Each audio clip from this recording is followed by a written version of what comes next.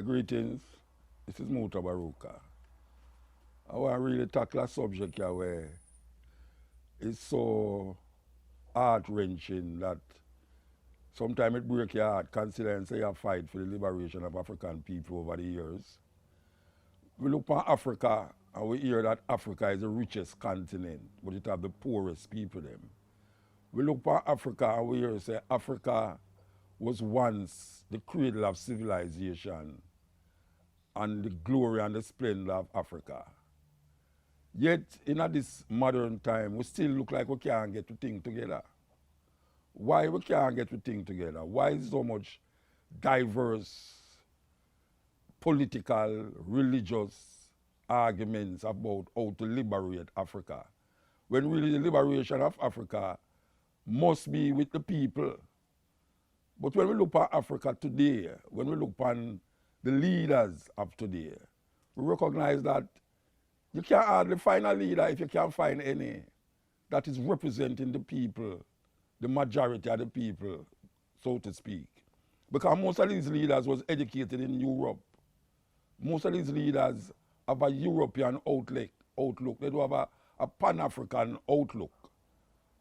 Their liberation for Africa is embedded in what they learned in Oxford and Harvard and Cambridge and all these things.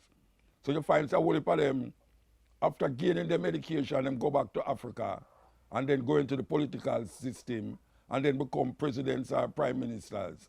And they have the same thinking that the slave master have for Africa.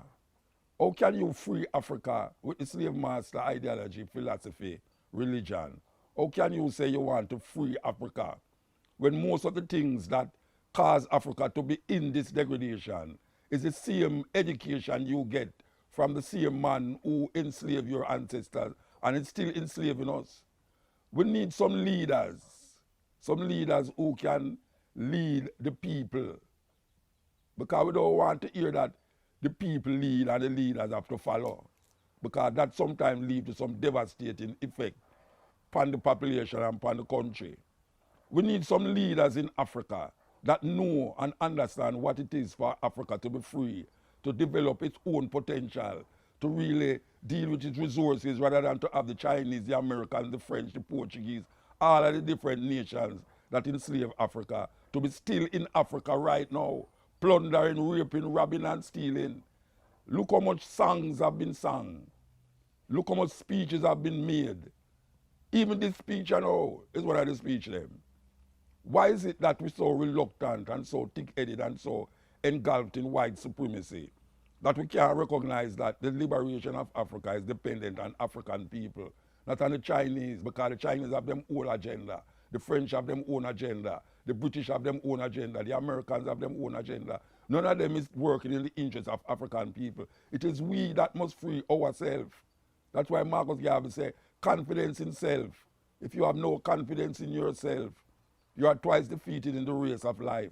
And the race of life right now is to allow African people to design a system and confront the past and deal with the present to go inside of the future. Too long now, African people is depending on them slave masters to free them. Political ideologies that come from Europe cannot free African people. The white man God cannot save black people from oppression. You and the man who enslaved you have the same God. Can't free you from the man who enslaved you with his God. And it's still enslaving us with his God. Right now, Christianity is spreading across Africa more than it's spreading across Europe. As a matter of fact, more European countries now that you see is politically and economically up there. It's moving away from that. Yet still Africa is embedded in it to the point now where you have Africans who take up the mantle of what they call televangelism, and is robbing and raping the people them with the same thinking where the white man did come to Africa with the same thinking that the white man have in him country. The only difference between we and them right now is that them is using them religion to get rich, and we is using our religion for them religion to bow down our knees every day talking about we praying. Marcus Garvey said the black man prayed too much, he must get up off his knee. That is really what is happening. So we recommend that The people them have to decide them destiny right now.